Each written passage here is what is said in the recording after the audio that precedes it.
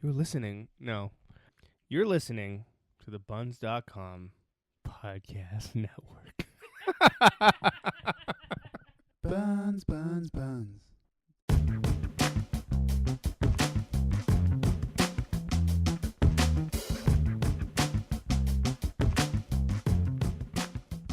Welcome to the Pixels and Ink podcast, episode 265, brought to you by CG Magazine. I'm your host, Lisa Mior, and joining us today are the Brendans, Brendan Fry. Hello, hello, hello. And Brendan Quinn. Hello.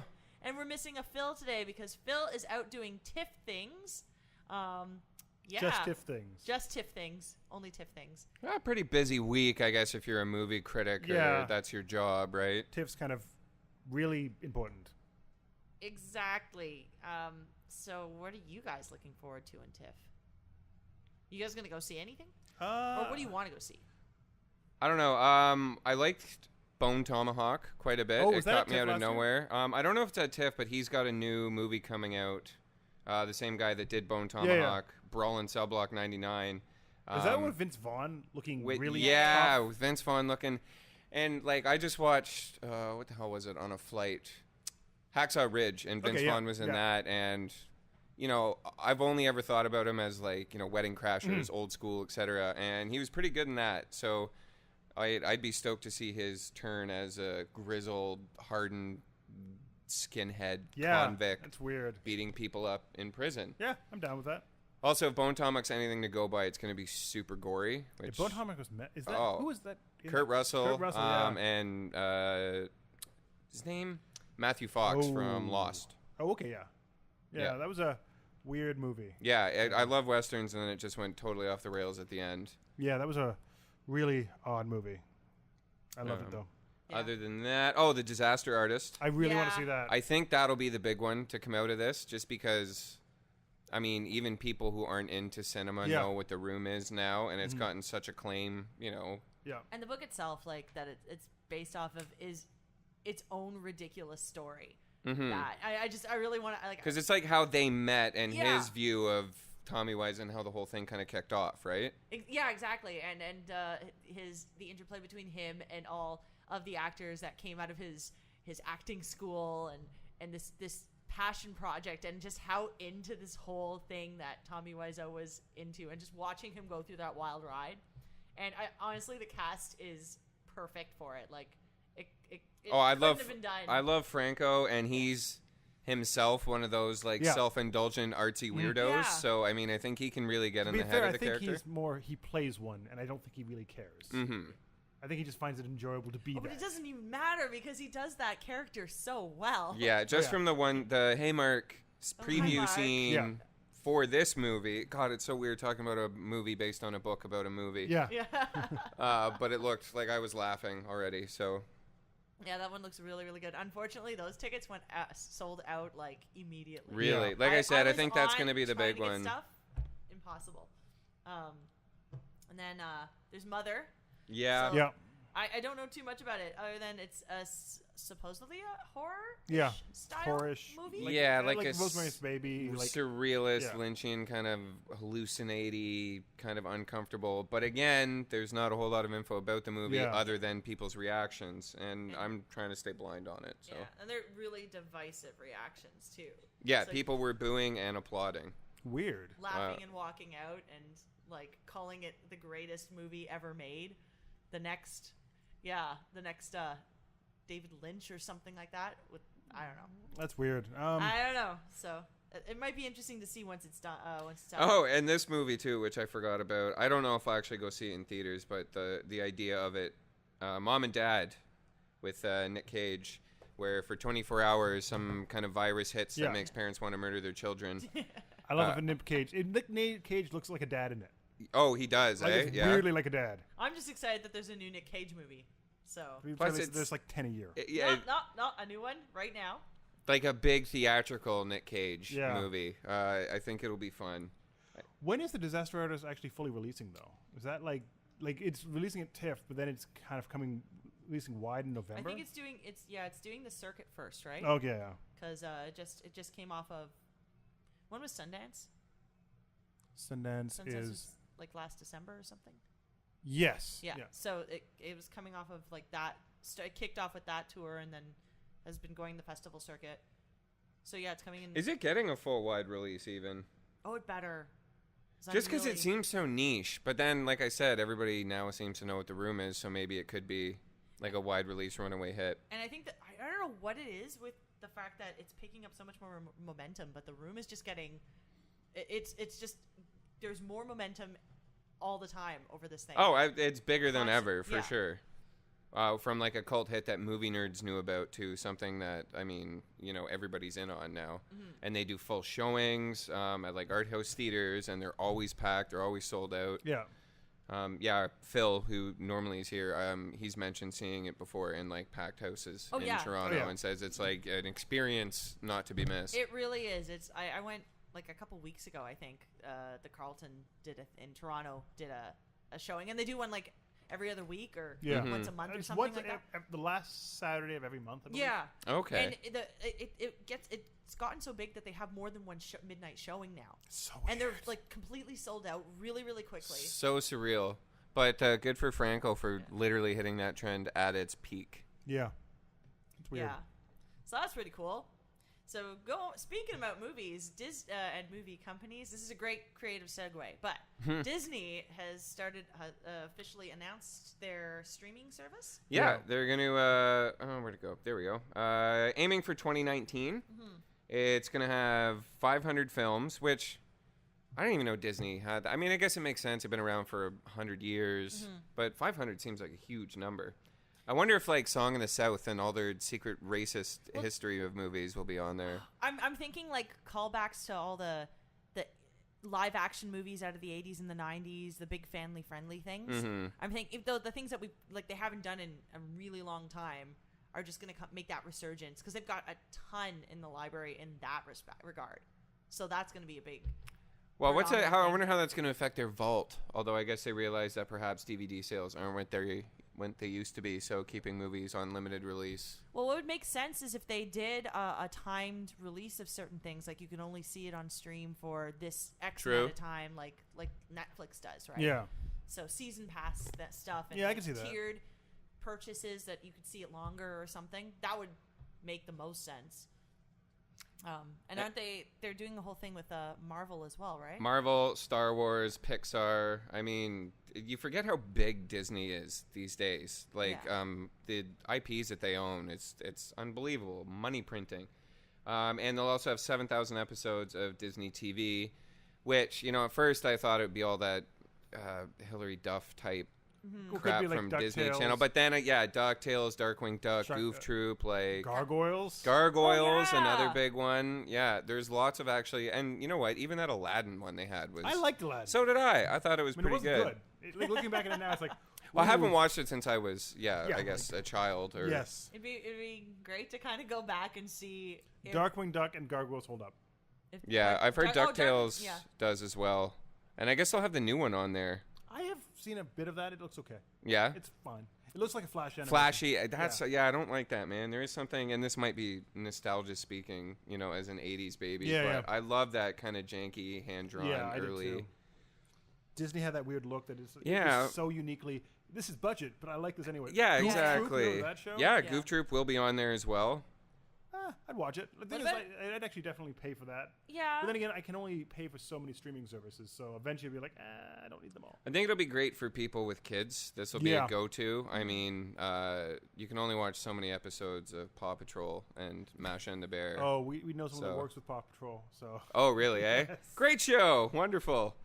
I don't think they care. Do they listen to the podcast? We should call them out. No. That's okay. Ask anybody with a child like 2 to 5 years old, and they will tell you. That thing's huge. Oh, Paw Patrol's enormous. Like, I was looking after a 2-year-old for most of the winter, and that was a show that we weren't allowed to watch because her mom was just so over it. I don't blame them. It looks awful.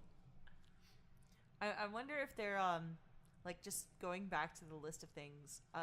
Is there any mention of some of the like original classic Disney things from like the 30s and the 40s? It doesn't mention it specifically, but I reckon 500 films.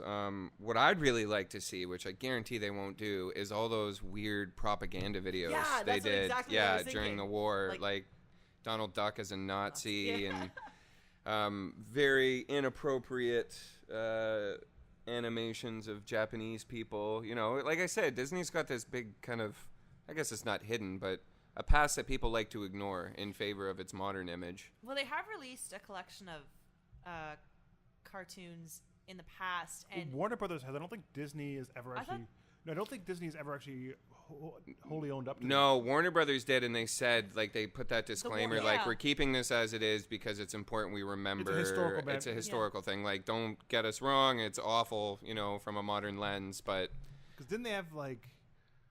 What did they have? Like, I remember the Daffy Duck doing weird, like, Nazi things. Yeah. And they're like, oh, this doesn't hold up well. Yeah. there was a lot of like slave jokes and like blackface jokes and things There like was. that. In Warner that Brothers had a lot particular- of that. Oh, yeah, same with Disney. Oh, Disney, I they're both mean, bad. Yeah, but I guess, you know, that's part of what the era was. All so. animation of that time was pretty bad. Yeah. Also, Disney was known to be racist. He's pretty famous for being kind of a Nazi sympathizer.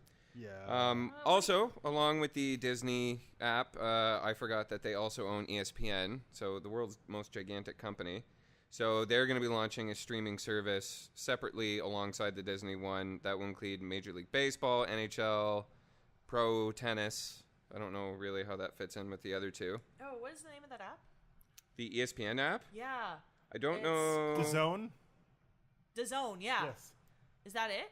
It doesn't say in this article that I'm reading here. DAZN, eh? DAZN. Oh, DAZN. DAZN. DZ. Oh God, come on! That's like Yeah. the 1994 trying Yeah. to be cool. No way. It's DZNE. Oh, Yeah. D-Zone. Yeah, The Zone. Ugh. Yeah, I have a subscription for that. Yeah. I have to actually try it. Am I Because saying it's about already that? on a soft lunch here. Yeah, it's. Oh, it is. Yeah. Okay, Yeah. cool. I didn't know that. I think ESPN one's slightly different because I think that's ESPN is Disney's. Yes, Yeah, so this one only has like football It only- and yeah, net, it because has, got a these are pretty the ones that Disney doesn't have, or ESPN, pardon me, doesn't have NBA or NFL. Yeah, Yeah, 'cause and that's NFL already owns. yeah. It's baseball and basketball and tennis. this one. And it's yeah. got a comprehensive soccer Yeah, library. it's super weird. Um, All these things fight with each other. It's so weird. A lot of pool and a lot of Yeah, so that's what billiards the and Zone- bowling. But the ESPN one will be Yeah. different. But I don't know. Do we like streaming apps? Do we want more? Of No, them? we don't. I we- think we're hitting that point where, like, there was that golden era where everybody was cutting cable because Yeah. the getting everything for $10 a month. seemed great. And now they're just fragmenting. Even CBS has their own specifically just for Star Trek. Like Yeah. nobody's. No one cares that much. Yeah, if you put it in, everybody pool your stuff together. Everyone take a cut. Yeah. Charge double. Yeah. I don't care, but not fragment. I don't want That's the thing. Like people wanted to get away from cable, so they didn't pay $50-$60 a month for. a bunch of Yeah. stuff they didn't want to watch. And now we're getting to that point again where Netflix. You watch Netflix originals and nothing else because the rest is just awful. Yeah, Oh, it still has absolutely. Star Trek. And Yeah. you get So- HBO. Well, Depending where you are in the States, I don't think it has all. Of Oh, them. really? Yeah, it's really weird. I think CBS is moving them all over to their mhm. app. So Yeah, I was just gonna ask that because I mean we're still getting Star Trek, so how's it's that? different regions Yeah. because I think that app isn't launched here yet. So Space Channel has Star Trek. Oh, like And Canadian is Space rights. Channel gonna? Yeah. So is that? No, so that the new Star Trek's airing on Space, like just on regular TV. In the States, it's only on the app. Yeah, but I'm just saying, like, does that mean? What does that mean for Canadian companies? Are we gonna start seeing? We like, have our own a apps. Turner. No, but do we have a Chum? Well, we have what's that thing called? We Crave. yeah, we Crave. had. And that's owned by Bell. Yeah, but that didn't. And we had still Show around. Me, didn't we, for That like died. a Yeah, half Show a Me minute? died That was Yeah. Rogers, and that died. Which was kind of a shame because it did have some pretty good stuff on. And it hadn't aired Towards the day and end, date, it did so- anyway. Mhm. But it lasted like a few months, and then they're like, "No, this is awful." Let's I kill think this." part of that was though Rogers was giving it away as a free app, like you got free access to it for anybody that had Well, a yeah. Rogers account. for like a year or something like that. And Yeah, then but still, that's why would you pay for like it. pay for it when like there is a pretty dominant monopoly when it comes to in a like in at least in and around Ontario when it comes to the cable providers that you have. You either go with Bell or you go with Rogers. I mean, there are other smaller avenues, But they're all they're still, all they're still just part of the- subsidiaries of the big three. exactly. That's, anytime like I have foreign friends come over, they're floored by what we pay for internet and cell phone and cable TV. Like Yeah. it's madness to them. Mm-hmm. And it's all because, they have an untouchable monopoly. I don't know how that'll affect streaming or in regards to that, but I don't know. It's interesting. Yeah, it's pretty nifty. I'm kind of over streaming apps though, so I am too. I mean, I want like 2 of them. yeah, I got Shudder for the free trial because there was one show I wanted to watch on it. Well, we watched the one show, and that's all I've used it for. But is there an app? I don't know if there's well, I mean, Shudder's its own streaming thing. I don't know like if an app there. for PlayStation or anything like that. No. We got it with the TV. Okay, so The Roku TV. Oh, that's not bad. Yeah, and so we got the 7-day trial, and it's cool. It's just like, how much horror are you really gonna watch? Right. Like I like a scary movie and a scary show, now and then, interspersed with like Archer or something funny. I'm not gonna sit down and just power through 7 straight days of scary movies. Yeah. Let alone pay for a year. I totally would. Yeah. Well, I mean, yeah, it depends on the type of person you are. Really. I've gone through everything I think, on Netflix well, already. you and Phil and Mel probably would when it comes to all the horror. Just have a CGM horror off and try to like bravery test for the 3 of you. Yeah. But other than that, I mean, I'm over streaming apps as well. It's getting to the point where it's just cable, but rather than one bill for a bunch of crap you don't want, you're paying 6 or 7 bills for a bunch of crap you don't want. Exactly. So and it's getting harder and harder to find alternate routes. So legal alternate routes. We only advise legal. Yeah, no piracy. That's certainly frowned upon. Of course. Well, with so much content you can get easily and cheaply, there's no reason for it anymore. Yeah. Like, it's actually harder to pirate a movie now than just say, I'll watch it on Amazon. Oh, yeah, absolutely. Exactly. And like HBO didn't give 2 craps when Game of Thrones got pirated because they're like, people are going to watch it anyway. Yeah, exactly. Yeah. Okay. So, okay. Anyway. So, next up. Yeah, we got some Ubisoft news. Yeah, Ubisoft / South Park. Yeah. So the new South Park: The Fractured But Whole features various levels of difficulty from easy to very difficult. What's different though is the difficulty affects the color of your character's skin. So does it become darker as you get harder? The harder the difficulty, the darker the skin color of your character. Which means, so it becomes more difficult to progress in the game, and you earn less money. And so during the process, South Park stalwart Eric Cartman will comment, "Don't worry, this doesn't affect combat, just every other aspect of your whole life." Oh, that is awful. So kind of what an interesting decision. That's an interesting decision to say the least, Yeah. And whether or not Trey Parker and Matt Stone are trying to make some actual commentary on the plight of African Americans, or, as Brendan mentioned, they just kind of want to stir the pot. I think they just want to stir the pot. Like, I don't think they're making any commentary. Like, they're known for their very mild commentary, but in the end, it doesn't ever matter. Yeah. As one of our writers, Jed Whitaker, brought up today, they like to kind of troll both sides without actually. They don't ever picking or committing is a better word. Yeah, they'll blast both and be like, "Oh, we're being satirical and hilarious," when really they're still playing it safe, sort of. I mean, look at Team of America, World Police, or what was the other one? What about the late? Forget even that. The latest, the last season where they were doing the. Nothing happened. Yeah, nothing. Well, there was no consequence to any of the social justice issues that they brought up, like the bullying and the equality, all the issues they were trying to poke fun at and not poke fun at. It was really I don't know, wishy-washy, maybe. Like you said, they're afraid to commit. It seems. I don't think they're centrist. I think they're nihilistic. Yeah, they just think it's all kind of bull. Yeah, both sides are dumb and stupid. So they like watching the world burn. And everything just kind of crumbles around them. And also in the game, you can pick whether your character is male, female, or other. I think that's good. And you can pick cisgender. I think I'm saying that right? Yes. Or transgender. Oh, neat. So that's kind of cool for them to do that. But again, are they doing it for the right reasons or the wrong reasons? I think that might be because they might have liberalistic views, but also be kind of nihilistic at the same time. I would say they definitely seem more on the liberal side of things for the most part. I think they're on the liberal side of things, but they also don't think all the kind of outrage and the outrage culture works for them at all. No. I have not having heard them outside of like any of their actual views outside of what they present in the show. Have any of you guys heard them talk in interviews? Not in ages. And even back in early. Like when they were dropping acid and going to the Oscars, kind of thing, or the basketball era. And I'll be frank, I haven't watched South Park in quite a while. I don't know. It's not that I stopped liking the show. I just grew less interested in it. Yeah. I think it just became a moment of like too many things they want to tackle and not and again it's that centrist ideal. It's not it's not that's the wrong word. I don't want to use attacking, but it's more tackling to different groups and the way the groups approach it, and it makes it very hard to kind of pick a side with them. Yeah. Or to see what they're actually trying to insult or bring light to, rather than just making fun of everything. Yeah, but again, I guess that there could be an argument for the fact that it is all in the interest of satire. But then when does that line become crossed? It's definitely all. They definitely do. They are satirists. They do. Yeah, absolutely. But like again, when does it become too blatant to be satire? Also, they are like Gen Xers entering the later stages of their life. So it's not like they're, I don't know, hip to the scene really anymore. And everybody gets a bit more jaded and conservative the older that they get. And they are from a generation, as we all are kind of, where it was already grim, nihilistic, ironic, and just a very poor opinion of the state of the world. So it's just going to get grittier from there.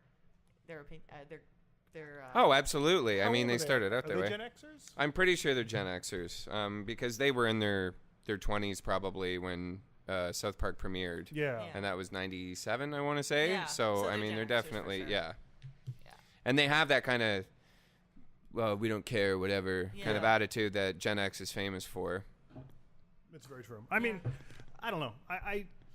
I don't know if they're trying to actually be offensive, but they're trying to push people to the limit so they are offended. Yeah, and we are talking about them. Yeah, that's the thing. I mean, like it's not that's just, always been their MO though. Yeah, it's also not just them. Ubisoft had a part to play in this. Exactly. So I mean, it's hard. I don't know. It is hard to. Well, you know what? It's hardest for us to say as we're from all three of us are from a perspective of privilege to begin with. Yeah, we're all three middle-class white people talking about, the issues that plague African Americans as it relates to a South Park video game. Exactly. So it's not really our place to say. It's also not fair. Like it's not fair for a judge. Pardon? It's also not fair for us to say one way or the other. Yeah, exactly. Oh, for sure. I mean, we don't really have a horse in the race, and saying it's. Although that being said, Trey Parker and Matt Stone are also white guys. Oh yeah, absolutely.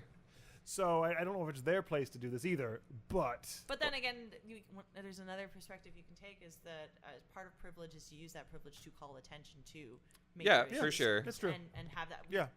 Use that privilege for the force of good, so that other voices can have that platform. But then other people might say that it's offensive for the fact that they're assuming that everyone of color will suffer, and it's people like the NAACP might argue that it's not.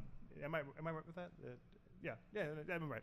I might argue that, yes, there's a challenge, but it's their job to overcome it and actually find their members are not struggling in so much as their race stops them. It's just the society that stops them. Well, exactly. Yeah. And again, tricky issue. Yes. Very, very tricky issue. Having said that, everybody seemed to like the first game. Yeah.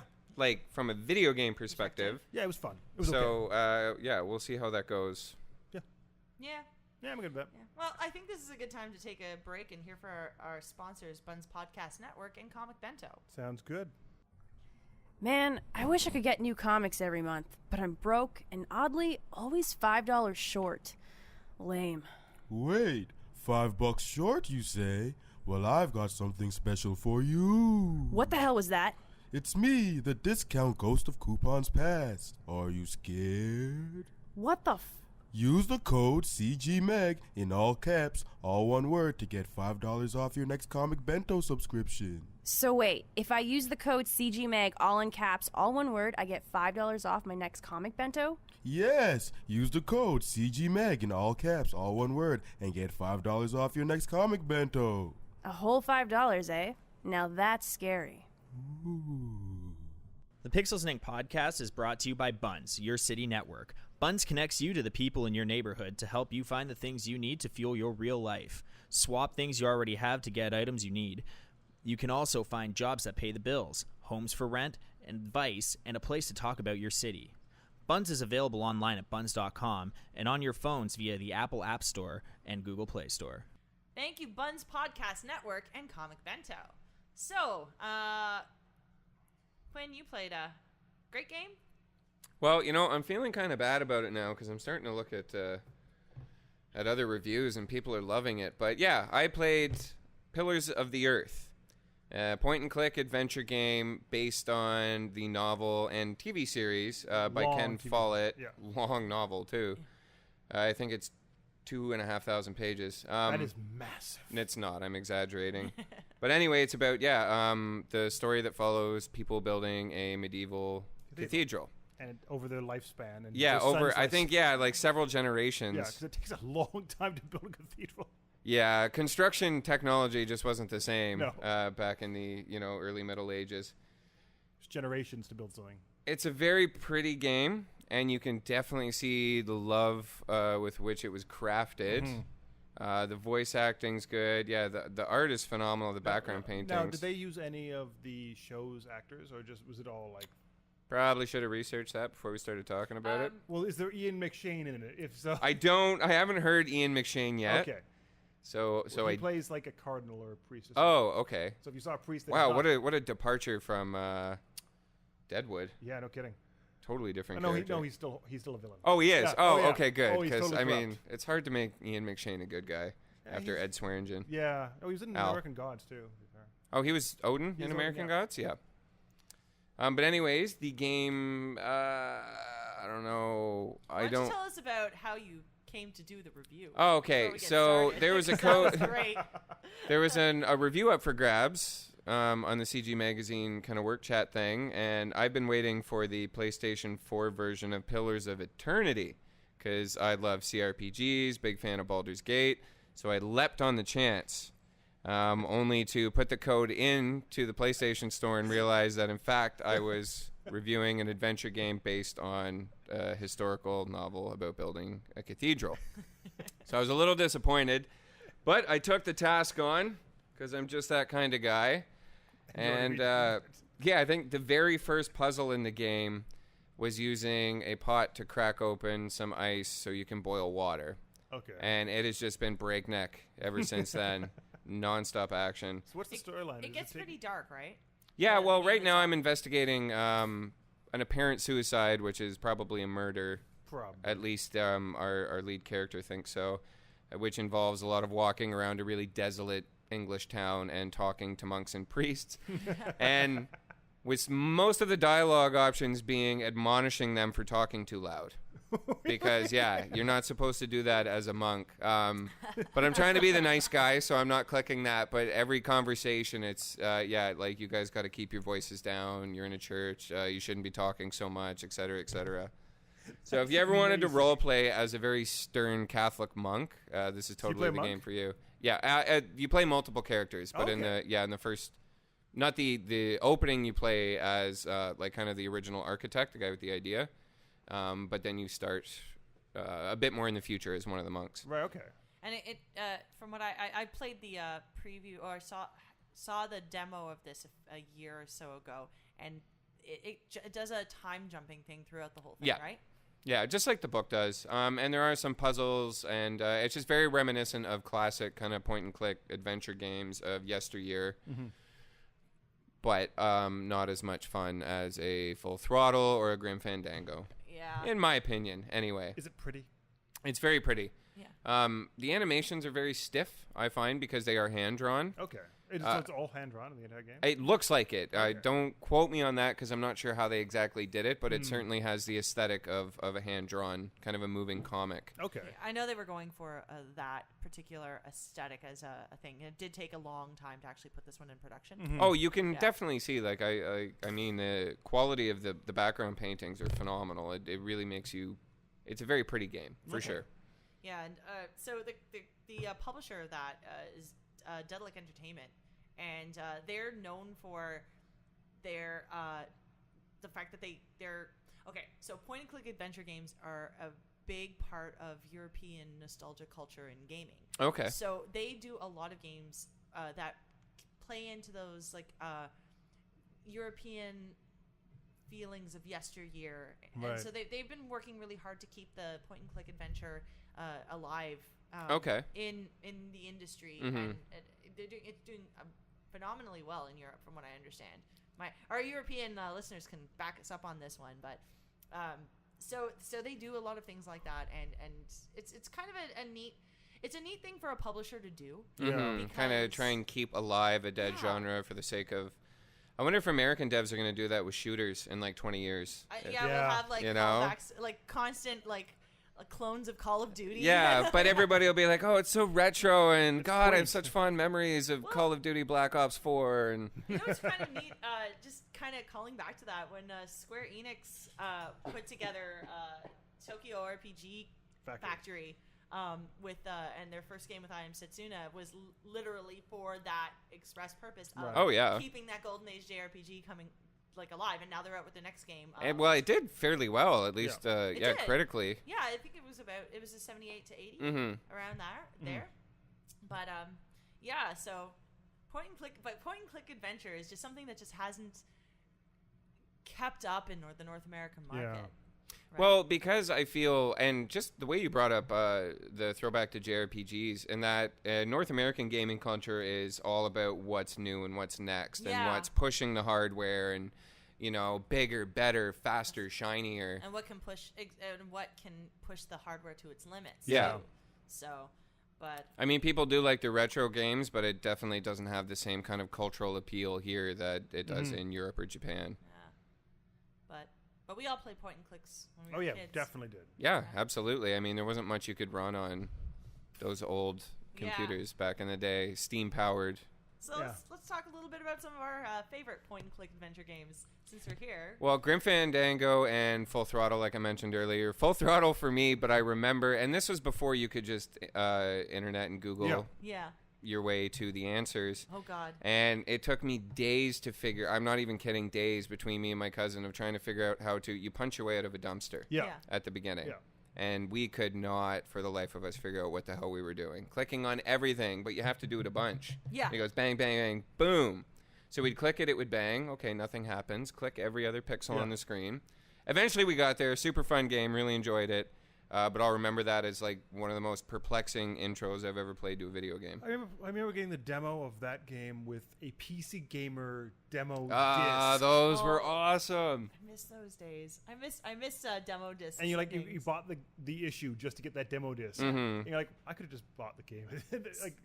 It got stupid because you paid like $10 for the issue. And the games weren't that expensive at the time.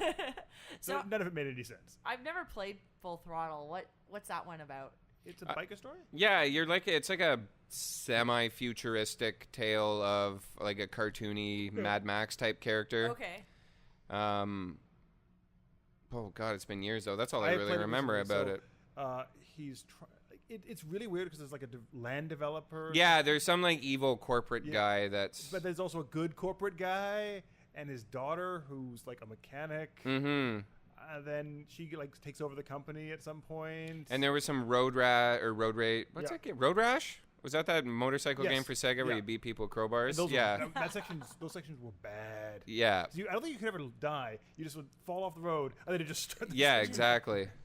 Yeah, there was no real consequence for that. So you just kind of kept, if you hammered your head against it long enough, you just beat those sections. Yeah. And it basically just was hit, swerve, hit, swerve, hit, swerve. Oh, I won. Mm-hmm. It was neat because it was one of the first adventure games with actual action segments. Yeah, it wasn't just solving puzzles and progressing to the next stage with the right item. But it was really well... Like, I know Elias, our reviewer that reviewed the modern version of it, thought the new version took a lot of the heart and soul out of the game. Oh, really? They basically just made everything smushed and, smoothed out all the textures. Yeah, we were talking about that earlier with the Disney thing. There's definitely a certain charm to the stiff and strange animations that were limited by the hardware at the time, and smoothing them and modernizing them definitely it takes away some of that charm. Yeah, it's very true. Yeah, and I do like. There's something really interesting in the fact that they hand did all this pixel art and hand did the animation, even though it is computer generated graphics. They still made sure every bit of animation was done by them. Yes. And that has a charm to it that Flash animation, things like that, just don't. Oh Quite yeah, and I know. I mean, I sound like a crusty old man here, but Flash animation is so sterile. Yeah. I feel it doesn't have, even when they redo cartoons, like Yeah. a lot of like the newer Disney and even some of the new Warner Brothers stuff is It's missing the jank. Flash-esque. Yeah. It is, you know, and like that weird kind of loopy movement. Yeah. very fluid. Yeah. A little bit too much.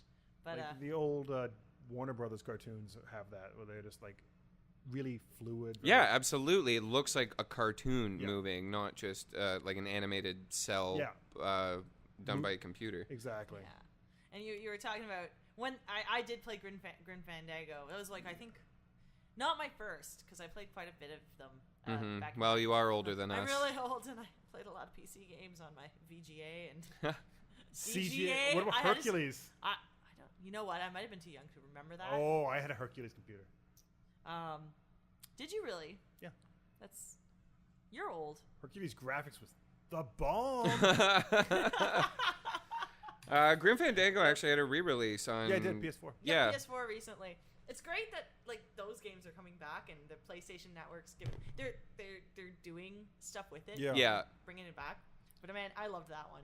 That I would quote that for like weeks. Me and my sister would just run back and forth, just quoting Grim Fandango things, and we sucked at it. We could not. I was it's just really about to say, hard. like they're God, I don't want to say games now are dumbed down because they're different. Yeah, the But different way. no, of no, doing it. different here's mechanically, here's but why they like- were hard, because I've gone back to point and click since. All right, new ones. All right, and it's patterns we didn't see before. It was the first time we're ever seeing certain things, like exactly how when you said the punching it multiple times to actually get out of the the Dumpster. dumpster.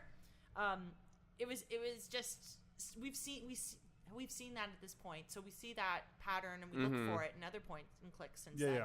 Like Grim Fandango, all those weird combinations that you had to make with certain things and to connect the dots was, again, like the first time I'd ever seen it. So it's just like I didn't know how to wrap my head around that puzzle. And even the fact that my sister and I were both playing it and we both had like a brain trust going on here, it was a newness that kind of like made it a lot more hard than it actually was. Yeah, I guess, and you know, we were also children at the time, Yes, that and too. And children are dumb. children are dumb. That's true. They They're have more less time. wise. Yeah.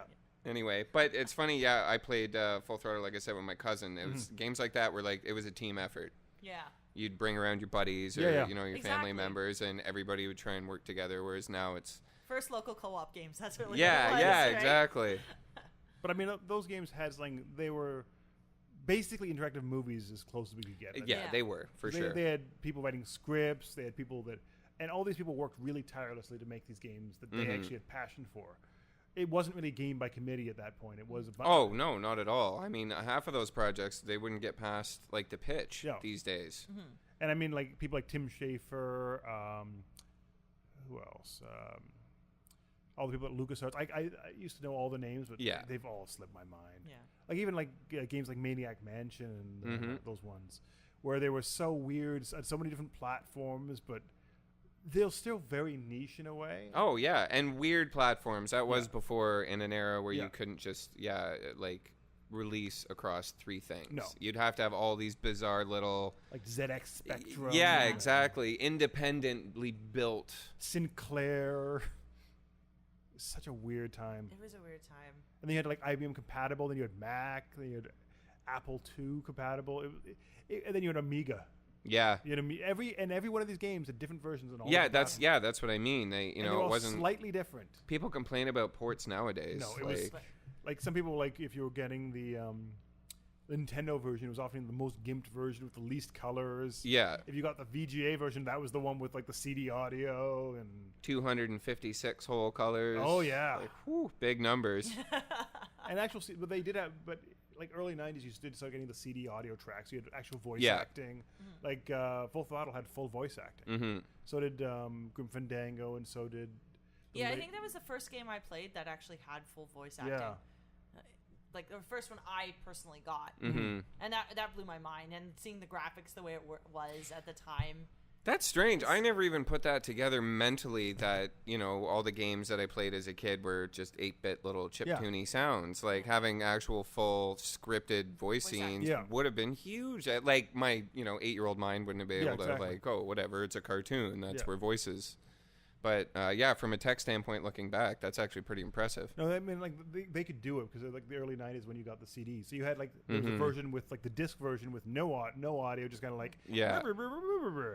But then you had the full audio version that you paid the extra like $10 for, whatever it was at the time, and you got to experience full written dialogue and full actors. I mean, and then some of us who did not have like the highest quality PC Yeah. at the time were like, we did play. Like I had a few games that did have some sort of sound or voice acting, but because of the sound card I had in my computer at the time, I couldn't hear any of it. It wasn't working. using PC speaker.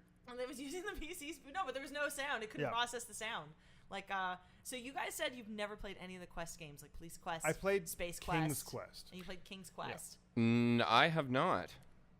You were missing out because those were the text-based point and clicks. Yeah. Right? So you'd have to do the puzzle games that way. Oh, is that one where you had to like type go left? Go left, yeah. And if you typed it wrong, it's like, no, you died. You fell on a trap. No, it's not. Sometimes it would just say it didn't. Like register it whatever didn't you register, I typed. don't understand. Try something else. Like That's like Zork. pardon? That reminds me of Zork. Zork is the first thing I think of. Like, you see a white house on the hill. Yeah. Do you walk towards it? And You're that game is massive. yeah, Like the amount of things you can do in that game, even though it's all just text. it's just text. So you could do different storylines than the actually game's intended by just saying, I set the house on fire. I walk away. I go down the road. See, now the Quest games, they were step-ups from that because there were actual point-and-click. Yeah. And There were there graphics, were visual graphics, representations. But you still had to do the text adventure part to it as Okay. well. Like, and there were fun little Easter eggs to find. Like, I was saying earlier that when we were sort of Singing in the shower. when I was the singing in the shower. I'm getting to that. Sorry, I'm taking a long road to get to that point. But yeah, no, there's a part where you can in Police Quest. I can't remember which one it is. I'm sure one of the listeners will be able to put that in the comments below. But where you enter the police station and you can go into the shower room and you can take a shower. And if you type various things, certain things happen. Like sing, for example, you start singing "Strangers in the Night," and we sing that. We just go back into that room over and over just to do stuff like that. Every time we found an Easter egg, we'd giggle for days and just do that for like hours. But There's another fun aspect of playing games at that age is Yeah. you could find one little thing and enjoy the hell out of it, whereas now you're just like, okay, when's the next part? Like, I want to Yeah. get to the next level. I want to complete this mission. I want to get this item. I mean, also we are adults, so we have like very limited time to play a game. That's true. That's true. Like I don't have 5 hours to waste just trying to get it out of the dumpster. Endless summer days to spend inside on your mom's work computer as she No. bitches at you to go play outside. Yeah, well, Outside. now I What is this outside thing you speak of? now I work in the industry, Mom. Joke's on you. professionally playing games. But what other are some really good Day of the ones? Tentacle. Oh yes. Which was just released on PSN for free, I think, last year. Yeah. Which is great. It was good to go back to it because I I haven't loved played it that since I game. was a kid. Yeah, I never played it. I just remember seeing the ads for it. It, Yeah. The ads were everywhere. Like, Yeah. every Yeah. magazine, then like every computer shop had like a poster for that. I can picture the big purple thing Yeah. with the eye like in my Yeah. head, and I've never played the game. And I remember it just being a really pretty game for the time. And Mhm. I remember going into Computer City at the time, like early computer store where like they had like the CRT monitors and they had like big posters for that game or standees for that game outside, like, the high-end laptops. Even laptops then were like, holy, a Yeah. computer you can take with you? Yeah. So when my dad brought home our first laptop, because he was he taught computer programming and he was in some computer engineer at the time in the early 80s. He brought home this work laptop. It was a suitcase, Mhm. like a literal suitcase that had a keyboard that folded down. Oh, yes. And had a bright red screen, and everything was red. And it was just playing games on that was like, we had a desktop, but playing games on that was like the reward for like awesomeness. It If was you so did your cool. homework Yeah. or, I you can know, play the cleaned red up. bubble It was, screen. it was Yeah. the greatest thing in the world because it's a portable computer. But I mean, I think the adventure game genre kind of spanned far more than just the 80s. Like it went all the way up Oh, absolutely. until like even after Doom came out, the adventure game still had a kind of a prominent place. It wasn't till Oh yeah, what about isn't Myst considered an that adventure game? was early. That was early 90s. It was Yeah. early night. Yeah. I don't no, know. but would they we? continued with Myst. Yeah, they did. Well, they It's had not Riven, like- which is like... Yeah, that's it, Riven. Riven is hands down one of the most brutally... Unforgiving. Like, as an adult, it's hard. And I had to look up there's a big puzzle at the end where you have to map various numbers to animal sounds that you hear throughout the whole game. Like, you're supposed to have been keeping track of this right from the beginning. And so I went out and bought a guide and beat it that way. And my buddy Derek, completely full of crap, claims that like he beat that on his own, that he figured it out. And he's been convinced of this lie for so many years now that like he actually believes it. That he actually and did he's full of it. There's no possible way that us at that age could have figured that out. No. Puzzle is like... I remember Riven when it first came out. Wasn't it on the cover of Time? It might have been, Yeah. because Myst at that point was like the most selling game in the history of the world. So I remember like looking at like a magazine store and seeing like the next Myst ? And you just saw like an image of the cover of like, that sphere or whatever it was. The opening. It's like a big kind of like oil water tower kind of looking globe. And I think that was the cover of Time one. Mm-hmm. Either that or I imagined this. But I Oh, I could see that for sure, because that's when games are finally being taken like If exactly. only we had a device that could help us with this problem. seriously by the mainstream media. Yeah, but I mean, it's interesting because it wasn't until like the PS1 era that the adventure game genre kind of started dying off. I think, and too, that was like the technology allowed people to explore other genres, exactly. like adventure games and shooters. It was a genre that really worked for limited hardware. Yeah. It was in Wired. On Wired. It was on top. It was the cover of Wired. There you go. Okay. Yeah. I knew it was a cover of a magazine I saw at the store. And PC Gamer or PC Game Review. Oh, PC Game Review. That I don't even know what that is. But Yeah, I got Riven for Christmas, I think, the year it came out. My parents like, "Oh, this is a game you have to use your brain for." I'm like, "No, I want to kill Nazis and demons. Why are you making me?" Doom and Wolfenstein. Like, those were the fun games at the time. It was Doom. Wolfenstein was first, then it was Doom, right? I'm still unclear on that. I know Doom was... No, Wolfenstein was first and then Doom. Okay, I because know Doom that is for a definitely fact. more, like, advanced. Yeah, because I wasn't great at Wolfenstein, but by the time Doom came around, I was able to clear that like nobody's business. Yeah. Like, I believe Doom was... it wasn't that many years after. It was like a year or so after. Oh, I yeah, think it it had to was. be, like, pretty close to each other. And they're very similar technology, I believe. Mm-hmm. I think Wolfenstein has less sound effects and a few of the limitations. My favorite... Well, not my favorite. I thoroughly enjoyed the New Order, the last Wolfenstein game that came out. Yeah. But the dream levels where you could play the original game. Oh, this is so weird. Like, yeah, but I spent, like, I was so excited finding that because, yeah, Wolfenstein was, it's very, very clear in my mind as, like, one of the first big games where I was like, oh, I love this. Yeah. You know, like me and my cousin taking turns on my aunt's computer to play it.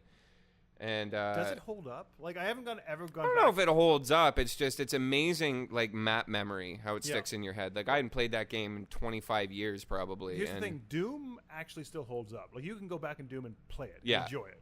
I wasn't sure if Wolfenstein does. I don't It's very know. bland. It's just kind of blue levels and blue Yeah, doors. with the gray kind of bricks. It reminds me of, do you remember the screensaver? Yeah. The Windows screensaver of the maze? That's what Wolfenstein is to me. But I mean, like, Doom, Quake, Unreal, Yeah. all those games, you can go back and say, oh, this is a game. I can enjoy this. Yeah. But, like... But I think at that point, it's because we were slightly older and it sticks a little bit better, has a little bit more maybe fresher. I think I agree with Brendan saying, like, the Doom is definitely an evolution on a lot of levels of what Wolfenstein started. Wolfenstein is, absolutely. it's just like, I have real rose-tinted lenses when Yeah. it comes to that game specifically. Yeah. I mean, I think it was a very landmark title in what that genre was. But Doom really, like... Doom did something, and it had level design at its scale. It Yeah. had, like, different levels, different verticalities. They did things that made it so it didn't feel tired. Like, that's opening to Doom 2 is still iconic. Oh, Doom 2 is still, yeah, like you said, very playable Yeah. today, for sure. I mean, Doom 2 is just basically a reskin of Doom 1 with a few extra monsters. There's very nothing new in that game. Oh, really, eh? They Yeah. added a shotgun. They added a few different weapons. but- Is that where the double barrel Yeah, was Doom double 2? barrel, yeah. That's probably why in my head I'm thinking it was, like, yeah. so much better. But I don't think the engine changed at all. I think it was No. the exact same engine. Well, they couldn't have had that much of a leap in... Technology. Yeah. It was only 2 years later, I believe. Quake really took things to the Yeah, next level, Quake was too. where- Because they built a new engine for that. Yeah, right? Quake Yeah. is the Quake engine. Yeah. Doom is build engine. Mm-hmm. And Doom, like, they did the Rise of the Triad and all those other games around that same time period. But it's neat to see that that's kind of where adventure games... You had adventure games, then Doom hit, and then they kind of faded That out. was, Yeah, that's they the end of definitely, it. like, crossed Yeah. paths at that point, and one was on the downslope, and the other was on what turned out to be an insane, like upswing. yeah, like industry-changing upswing. But I mean, even then, A lot of sorry, go ahead. well, I was going to say, even then, you still had some iconic, because Full Throttle came out, I believe, very close to when Doom came out. Oh yeah, and yeah, Myst and Riven Yeah. were after those games. Well- Riven especially. Yeah, Riven was after. Yeah. Like David, like Grim Fandango, I think was just around. I may have been even after. That might have been like '97. Yeah, Grand Fandango was like mid. Yeah. We're yeah. Oh, you can go ahead. We're checking the dates. Yeah, Grim Fandango. But I believe like Well, here's the thing. While we're checking dates, I was gonna say that like the thing about the 98. 98. Oh, really? End Oh. of 98. so, So PS. that was before. That was after Riven. Oh, way after. Yeah. Riven was 97. Okay. So the thing was, it was the adventure games, the point and clicks that were the ones that really moved a lot of the Yeah. graphics forward because they could.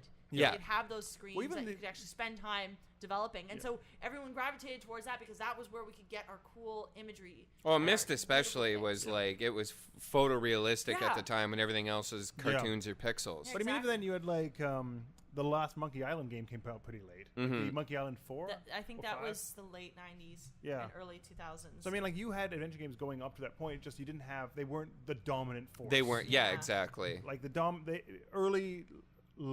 early 90s to like mid 90s was their heyday. Yeah. Late came- 80s whoa. was Late kind of- 80s is Yeah. yeah. but they weren't as strong then. It wasn't until like the 90s that's when they were ubiquitous. You Yeah, bought it, and you they had hit it their before. apex of quality and production values. Exactly. Yeah. 2010. For what? Monkey Island 4? No, not, that's wait a minute. that's the one from. That's Tales from Monkey Island. that's Telltale. So Yeah. that's not that one. You're right. I'm trying to look this up. Release. Exciting. Yeah. Riveting radio. Yeah. Well, what? Yeah. So it was an important part of our childhood. So I guess. Adventure games are really important, and I think going back to them and actually seeing 2000. 2000, really? 2000. Yeah. So Yeah. I mean, they went a long way. That's kind of how I'm feeling about the RTS genre these days. Like Command and Conquer and Warcraft 2, I'll be honest. I didn't play Warcraft 1 much, but Warcraft 2 was I like... saved my money to buy Warcraft 1. Really, Oh, eh? yeah. No way. I did that for Sierra games and ID games because I was really into Commander Keen at the time. But yeah. But that's another genre that like you don't see anything anymore, Yeah, really. like the side-scrolling adventure game. Or, like, no. It No, was, like, it was a top. Which It was one? a top-down two platformer, Commander Keen. Okay. So the original ones, it was a top-down map. It was, and then you'd enter worlds to do a platforming adventure. Okay. And each area was totally different in it, and there were secrets to get to the whole thing. And this was PC? it was PC. PC game, yeah. It's come out actually. Steam re-released that. I want to say 3 years ago. Okay. I think. So you could actually get all the Commander Keens, and then those again did the same thing with the graphics. They improved as Okay. time went on. Yeah, they so did, yeah. They did like a whole separate series. But I feel that platformers are a thing that we could take an entire podcast on. 'cause Oh, Why don't we absolutely. Make this a thing, guys. We can do our best Yeah, well, genres of. yeah, I'd be of down our- with that. Of their Yeah, heyday. I mean, and we kind of have our feet in both worlds as far as eras go. Yeah. Yeah, We yeah. all grew up with video games Mhm. when they were... We were there at the end of the very beginning, and Yeah. then Absolutely, yeah. And we're, currently still immersed in it. So it's a good way to draw comparisons I agree, when you yeah. can look back and look forward. All right, well, let's wrap up there then. yeah, so Yeah, sounds listeners good. can look forward to that one, and cool. Well, thanks everyone for listening. And if you like what you hear, or you want to know more about the things we talked about, such as what TIFF movies to go see, Phil has an article about that. He also has a review on it. We didn't talk about that because that's Phil's Yeah, thing to talk I don't about. want until I see it. I can't even judge. Yeah, exactly. Mm-hmm. But visit us at cgmagonline.com to check out some of those things, as well as our Twitter. We're tweeting that stuff out all the time. You can follow us at cgmagonline. I know Quinn, still no Twitter. No Twitter. I have Twitter at Lisa Awesome. I never tweet. Brendan, Before 26. BFry26, and you can also follow us on Facebook at CG Magazine and our Instagram at cgmagonline.com. And thanks again to Buns Podcast Network and Comic Bento for sponsoring our podcast. From everyone here at CG Magazine, have a great weekend. Bye, everyone. Thank you. Bye.